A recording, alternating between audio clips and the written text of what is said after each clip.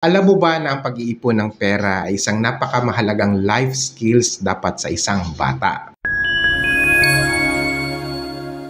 What's up guys? For today's video, pag-uusapan natin ang 5 diskarte kung paano ba natin tuturuan yung ating mga anak ng pag-iipon ng pera. Una is dapat turuan natin na dapat ay palaging priority ang pag-iipon. So kung may mga natanggap na pera o kaya naman allowance o kaya naman kung sila ay may mga part-time job o mga racket, no, mga side hustles kung nga, ay dapat una nila munang itatabi yung kanilang ipon bago gumastos.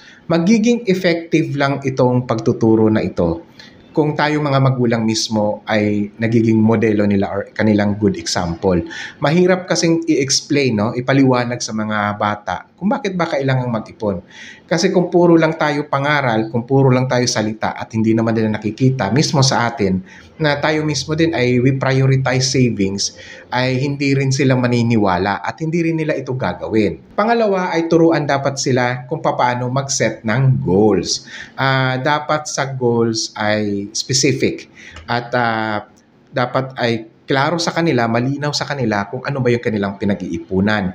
Para saan ba yung kanilang pinag-iipunan. Okay lang, no? Okay lang. Ito guys okay lang yan kung ang bata, ang kanyang goal is nag-iipon ako para bumili ng sapatos, nag-iipon ako para bumili ng bagong damit, no? Nag-iipon ako para panglibre sa aking mga kaibigan. Okay lang yon as a starter kasi nga, yun naman ay pinapractice nila, no? Mahalaga doon is that natututo sila kung paano mag-set ng target or mga goals. At isang mahalagang pakatandaan na dapat maituturo natin is that hanggat hindi napupuno yung kanyang savings ay hindi dapat gastusin. Pangatlo is we need to encourage or inganyuhin yung anak natin na kumita. Sabihan natin yung mga anak natin na kung gusto mong dumami ang ipon mo ay dapat matuto silang dumiskarte.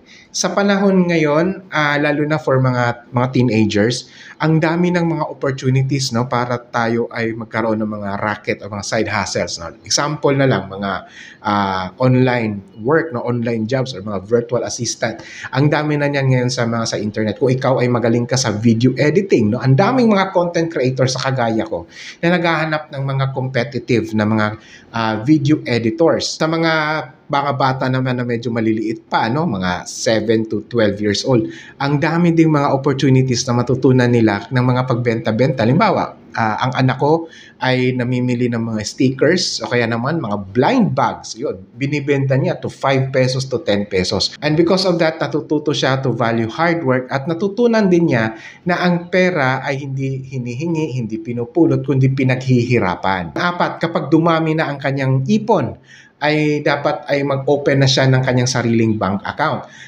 Kapag nakikita nila na yung numbers, no, dun, ng pera nila dun sa bank account nila, sa passbook nila ay lumalaki, ay nakakaengganyo ito, no, sa isang bata.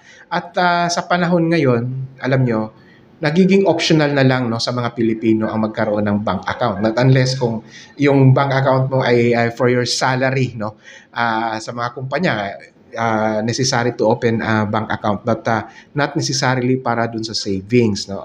Mahalaga na dapat ay meron silang bank account at isang napakamahalaga ding ituturo natin ay magkaroon sila ng kanilang sariling emergency fund. Number 5 is that huwag mong sanayin na manghiram dahil yung panghihiram, no, kahit sa kapitbahay, kaibigan, kahit sa kapatid, no, panghihiram ng damit, no, sapatos, o kaya naman laruan, wag nating masyadong sanayin.